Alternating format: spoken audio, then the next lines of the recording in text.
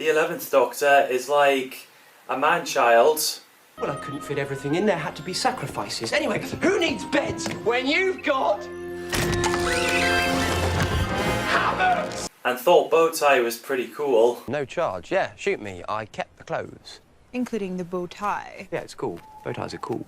He picks up what he finds that is cool and then he just puts them on like the fez. It's a fez. I wear a fez now.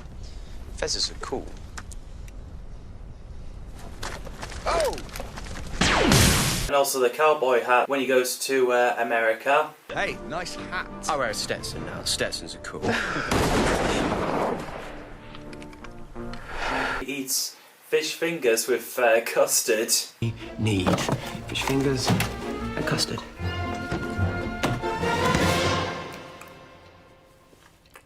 I actually tried fish fingers and custard myself. It actually wasn't that bad. He really gives off a funny, awkward entrance.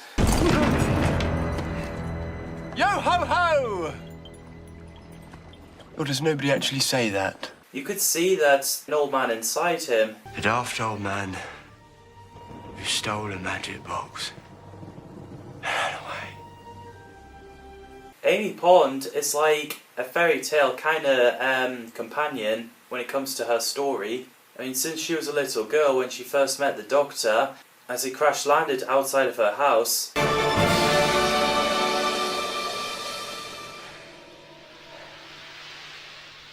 Can I have an apple? All I can think about. But then, of course, the Tardis went haywire, so the Doctor had to go in and disappeared away, and then came back many years later where Amy has grown up. You're Amelia. You're late. Amelia Pond, you're the little girl. I'm Amelia, and you're late. What happened? 12 years. You hit me with a cricket bat. 12 years. Amy is very feisty, adventurous, and she puts on a brave face. Throw the gun down. The rest of you, on your knees. Amy, what are you doing? Saving your life. Okay with that, are you? And she's good friends with the 11th Doctor. And I think Karen Gillan is very likeable as Amy. Rory Williams is Amy's boyfriend, who's a bit awkward, funny. Go to your school for special people would be brilliant. Cheers. But also has the heart in the right place. Will she be safer if I stay? Look me in the eye and tell me she wouldn't be safer. Answer me! I love the bit where Rory was fighting against Francesca the vampire. Amy! Run! No matter how many times I watch that scene, Ha! Ha!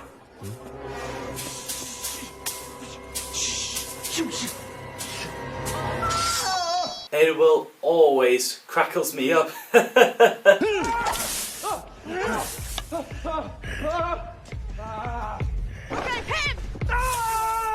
Rory's death becomes a thing.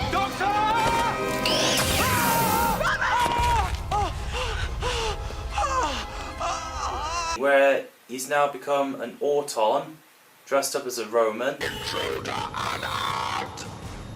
you think? Then of course the universe is rebooted. During his farewell scene, Amy decided that she would rather be with Rory more than anything. The angel, would it send me back to the same time to him? I don't know. Nobody knows. But it's my best shot, yeah? No! It's so heartbreaking to watch. It is pretty rough. And that scene left the Doctor devastated. Goodbye!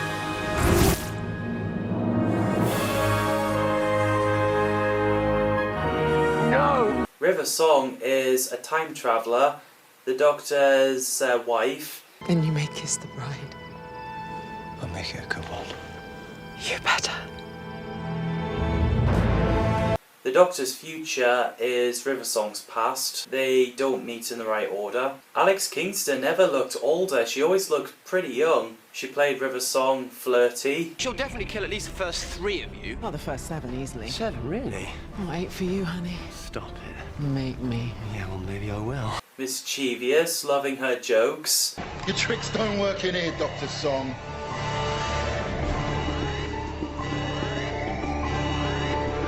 Stubborn and pretty much our anti-hero. Oh, what trouble have you got for me this time? Okay. The mind-blowing scene was where Riversong reveals to be the daughter of Amy and Rory. In the language of the forest. I know my daughter's name. Except they don't have a word for pond. Because the only water in the forest is the river. Karen Gillan and Arthur Darvill actually did not know that until that scene, so you could see their reaction was pretty genuine. I'm Melody. I'm your daughter.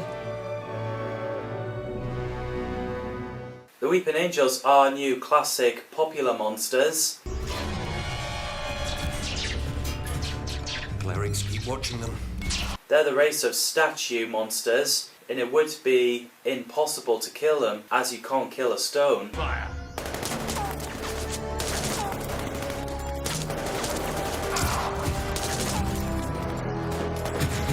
And they can only move if no one's looking at them. They're so scary, so don't blink.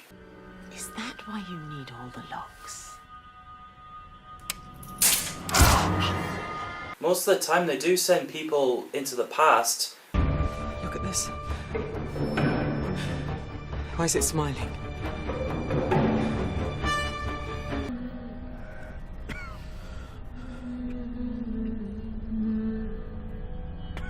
He's here. But sometimes they do snap people's neck. I always feel like my heart was pounding so fast every time they're moving towards you while the light is on the blink.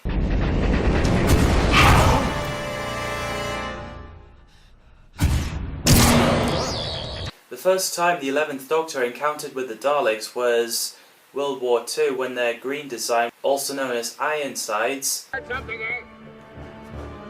What are you doing here? I am your soldier. What? and a Dalek claimed to be Ironsides working for Winston Churchill to win the war. Would you care for some tea? That would be very nice, thank you. When the Doctor has had enough, you can sense the anger, the fear and trauma from the past. What are you waiting for? Look, you hate me. You want to kill me. Well, go on. Kill me. Kill me! I thought the Paradigm Daleks are so cool.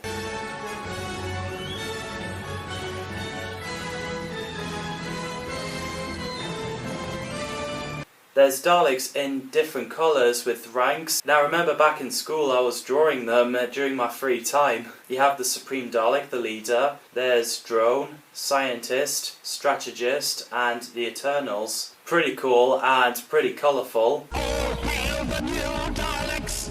Yes, you are inferior.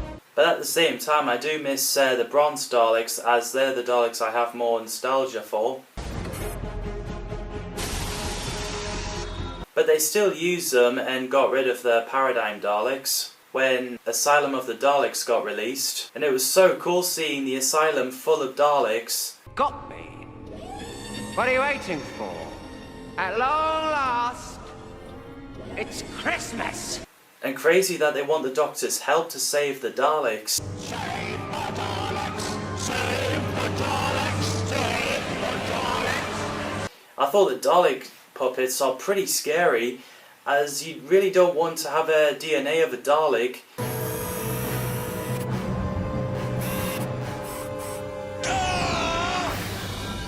The fact that the ice stalk comes out of your forehead and gun comes out of your hands without any emotions except hate.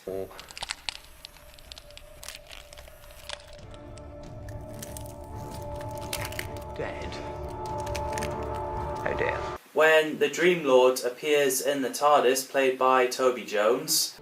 Well, if you're the Time Lord, let's call me the Dream Lord. Nice look. This? No, I'm not convinced. You'd be wondering, who is he? Why is he wearing the 11th Doctor's clothes? Why is he controlling people's dreams? Tweet, tweet. Time to sleep.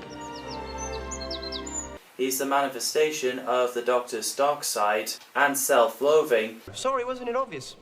The Dream Lord was me. Psychic pollen, it's a mind parasite. It feeds on everything dark in you. Gives it a voice, turns it against you. He gave Amy a choice, what is dream and what's real.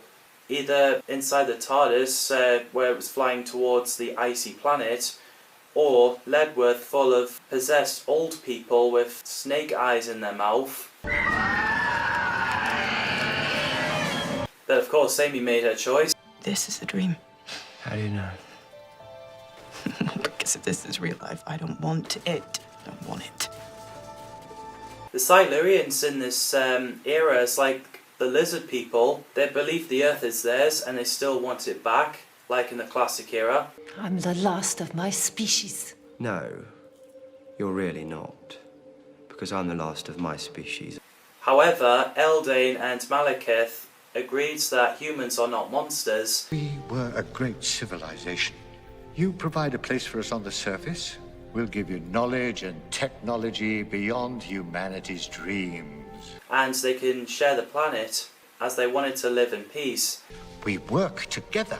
This planet could achieve greatness. But Reztak wants to take humans' life, just like her sister Alea. Protecting our race against the apes. You can't do this. You're a good scientist, Malachi, but this is war. And I thought the bit where the Doctor and Amy showed Vincent his paintings in the art gallery in modern day was pretty moving. Charles was not only the world's greatest artist, but also one of the greatest men who ever lived. Vincent van Gogh's painting was a warning where the Tardis gets exploded and pretty much where the Pandora opens, box of prison. There was a goblin or a trickster or a warrior. A nameless, terrible things. I think Matt Smith's best speech in Doctor Who was where he was on the microphone talking to all the monsters and villains. Could you all just stay still a minute, because I am talking! He just scares them away by speech, by just talking. Let somebody else try first. Then you've got the Alliance coming out, like the Cybermen, the Daleks, Santorans, Jadoon, the Avodini from the Sarah Jane Adventures, the Blowfish from Torchwood, Sigarax, Hoix, etc. First watching it, I was absolutely blown away because I always wanted to see the episodes like having all the monsters in one screen because I thought that would be so amazing.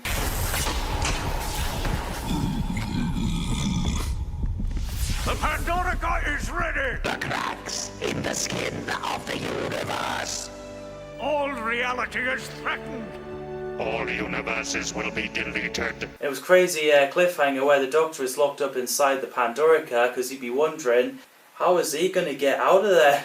And what's going to happen to the Earth with all those monsters being around? Tardis is exploding right now, and I'm the only one who can stop it! Listen to me! Silence are the monsters that forgettable. Who's that? Who's he? Sorry, what? What did you see? You said you saw someone. They're like the monsters you think you see at the corner of your eye, which is what's so cool about them. What are you? You can tell me. Because I won't remember. They're religious orders of priests created by Tasha Lem. What makes them dangerous, other than forgetting, is that they can electrocute you, even if you're not aware that they're around. Behind you. Honey, there is nothing.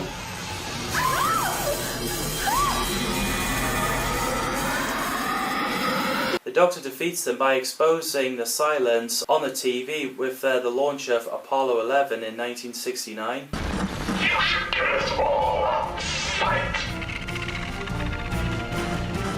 You should curse all. Fight. The weird thing is, Idris turns out to be the TARDIS in human form. Well, she's actually a host of the Matrix for the consciousness of the Doctor's TARDIS, an asteroid inhabited by the House. You're the TARDIS. Yes, My TARDIS. my doctor. It was so cool that Rory and Amy end up in the centre of the TARDIS, like in a video game kind of style. Love stuff like this. The smell of dust after rain. Crimson 11. Delight. The smell of dust after rain. What is this place? Gangers are body duplicates of the workers created by the real workers in the factory.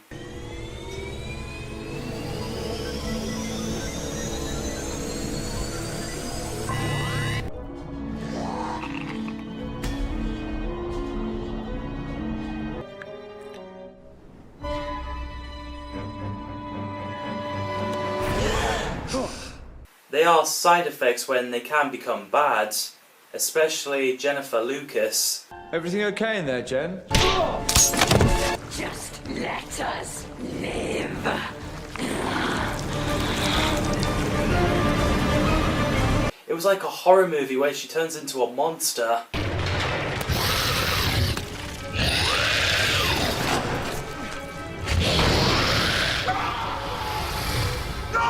Some can argue that 2 doctors is better than 1. So, what now, Doctor? Well, time to get cracking, Doctor.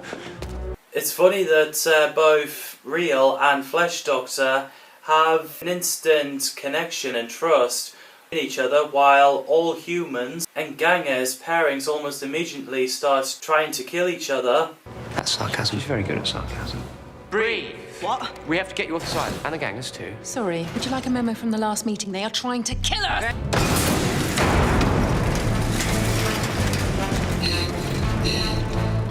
Madame Kavarian is pretty evil. She kidnaps Amy so she can give birth to a child that she planned to use to kill the Doctor. War. Against who? Against you, Doctor. Whenever she appears, as when the wall slid open and there's her staring at Amy, I was so freaked out by that as a kid. It's fine. You're doing fine. Just stay calm. She wears an eye drive so she doesn't forget the silence. They're not trapped. They never have been. They've been waiting for this, Doctor. For you. You've also got the Paternoster gang, first appears in A Good Man Goes to War. How did you find him? Stringy, but tasty all the same. I shan't be needing dinner. Congratulations, Mom. Madame Vastra is a Silurian and she's married to a human being called Jenny Flint. Brilliant couple. Pack the cases, Jenny. We're going to need the swords. And Commander Strax, I absolutely love Strax. He's absolutely hilarious. He does give off great lines. Yes, sir. Now go away. Yes. Mr. Holmes. Oi! Shut up! And he's such a dumb Centauran. Do not attempt to escape or you will be obliterated. May I take your coat? The Paternoster gang are the detectives. They're from the Victorian times. Well, Strax originally was from the future, but he moved to Victorian times with Vastra and Jenny. The Doctor needed their help to save Amy and her daughter, Melody Pond. At all costs, protect the child! Even the Doctor doesn't help anymore in the Snowman due to the loss of the ponds. They'll always help him.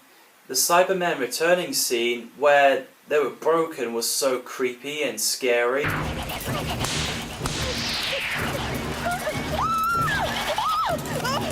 When the helmet opens and the skull falls off right in front of Amy, I was like, whoa!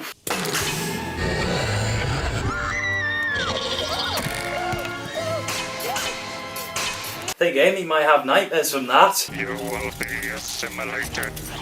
Yeah? You're in whose body? Whenever Cybermen loses limbs, they just see it as, it's just a flesh wound.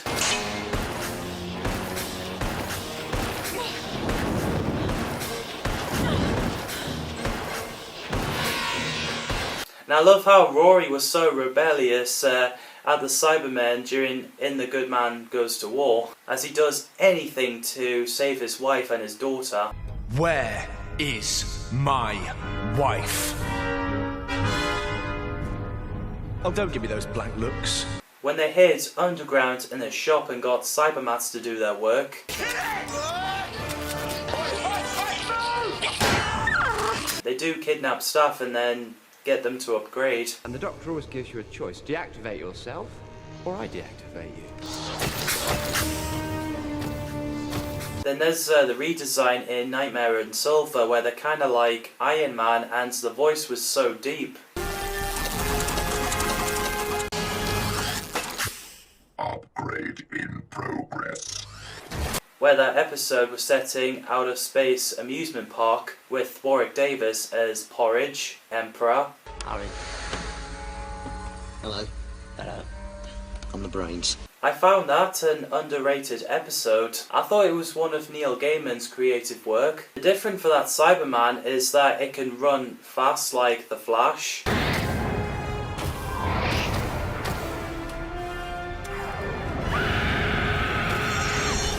Also scary when the hand dropped.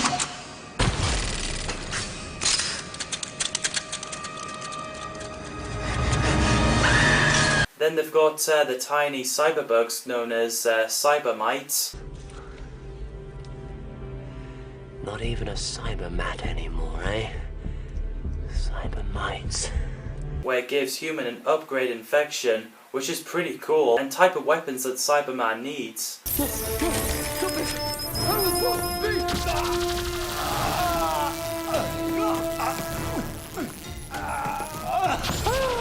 And I love the bit where the Doctor was talking to his Cyber Planner version, Mr. Clever. Stop rummaging in my mind! Just you try and stop me. Ooh. Who's Clara? Why are you thinking about her so much? Enough! The fact that they play chess together is so bizarre. On one tiny chess problem, how long do you think it's going to take us to solve it? That's cheating! No. Just pulling in the local resources. What was so emotional about the wedding of River Song is that it dedicated to a memory of Nicholas Courtney, who played Brigadier Lethbridge Stewart. He passed away in 2011, so they killed him off peacefully. Doctor, I'm so sorry. We didn't know how to contact you. I'm afraid Brigadier Lethbridge Stewart passed away a few months ago. Also the same year as Elizabeth Sladen, who played Sarah Jane Smith. And of course the Ice Warrior returned at some point with updated armour suit. Ah. It never rains. Inside the submarine during the Cold War, this one is called Skuldak. And this is something we never see Ice Warrior do, which is taking off the helmet and reveal the creature inside. Well, Doctor. It looks pretty thrilling when you see people getting their head grabbed by an Ice Warrior. But this has not occurred. No. Not yet. Richard E. Grant plays Dr. Simeon, very intimidating and cold-hearted villain. He makes contacts with great intelligence and brought snowmen to life. I said I'd feed you. I didn't say who to. The Doctor met great intelligence before back in the Troughton years, while encountering with the Yetis. It was so sad in the Bells of St. John where Miss Kislet was mind-controlled by the great intelligence since she was a little girl. She lost so many of her childhood. Where are my mum and daddy? They said they wouldn't be long. And Dr. Simeon is the great intelligence in the series finale. I take it I am now talking to the great intelligence. Welcome to the final resting place of the cruel tyrant. When he tries to get the Doctor to say his name, to open the doors of his tomb. The answer to a question. I will not open my tomb. Doctor, what is your name? And he has the Whispermen as his backup. The Doctor's friends. Stop their hearts. If Dr. Simeon dies, Whispermen can always replace him.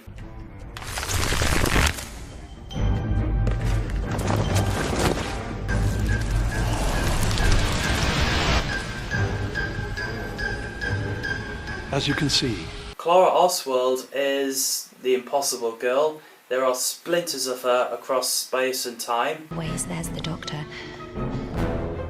Always I'm running to save the Doctor again and again and again. To save the Doctor many times in different time zones. Doctor? Yes? What is it? What do you want? Right from the very beginning. Sorry, but you're about to make a very big mistake. She's very charming and brave, and I think Jenna Coleman has brilliant chemistry with Matt Smith. They wanted you to have it. Who did? Everyone. All the people you saved. The War Doctor is after the 8th Doctor, Paul McGann, and before the 9th Doctor, Christopher Eccleston. So he's pretty much the Doctor 8.5, or the War Doctor as we call him.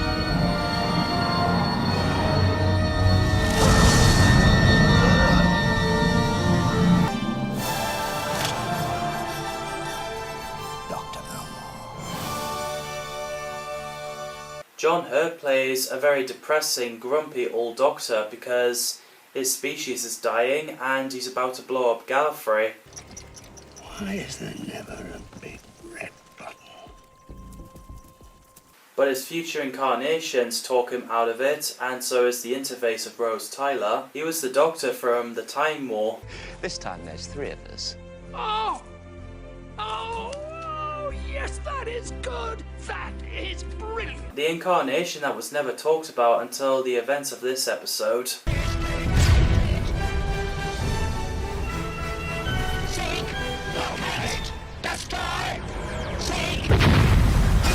John Hurt is fantastic as the War Doctor. He really does deliver some fantastic lines. Why are you pointing your screwdrivers like that? They're scientific instruments, not water pistols. When I looked at the cast of The Day of the Doctor before the name of the Doctor came out, I noticed that John Hurt was on the cast list playing, well, to be confirmed character, and I was like, oh, I was really excited that, hearing John Hurt in Doctor Who, and I got me wondering, I wonder who he's going to play. But then, at the end of The Name of the Doctor, where you saw the back of his head,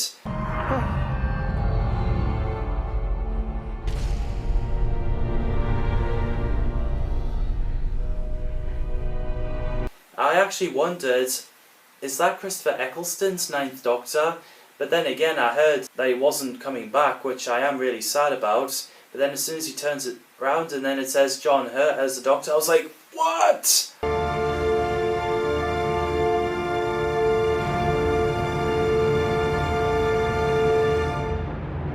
The Day of the Doctor, the epic 50th anniversary, where they brought back Kate Lethbridge-Stewart, the daughter of the Brigadier Lethbridge-Stewart.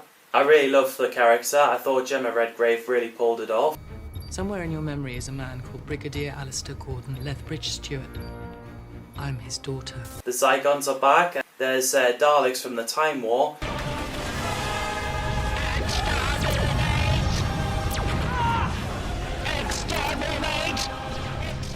And the 10th Doctor, David Tennant, returned. It was so nice to see him back. It's like as though he's never left.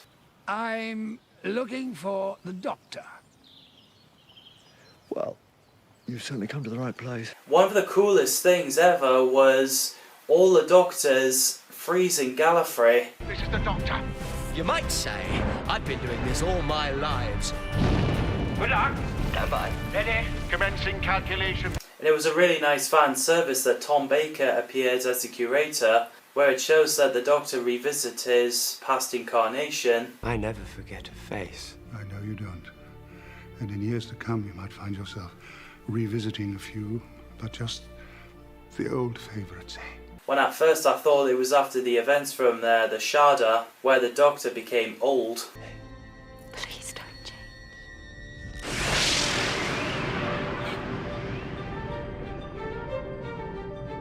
I think from start to end it sets up the prophecy of the silence will fall when the question is asked, and the Trenzalore with the fall of the 11th Doctor in Trenzalore.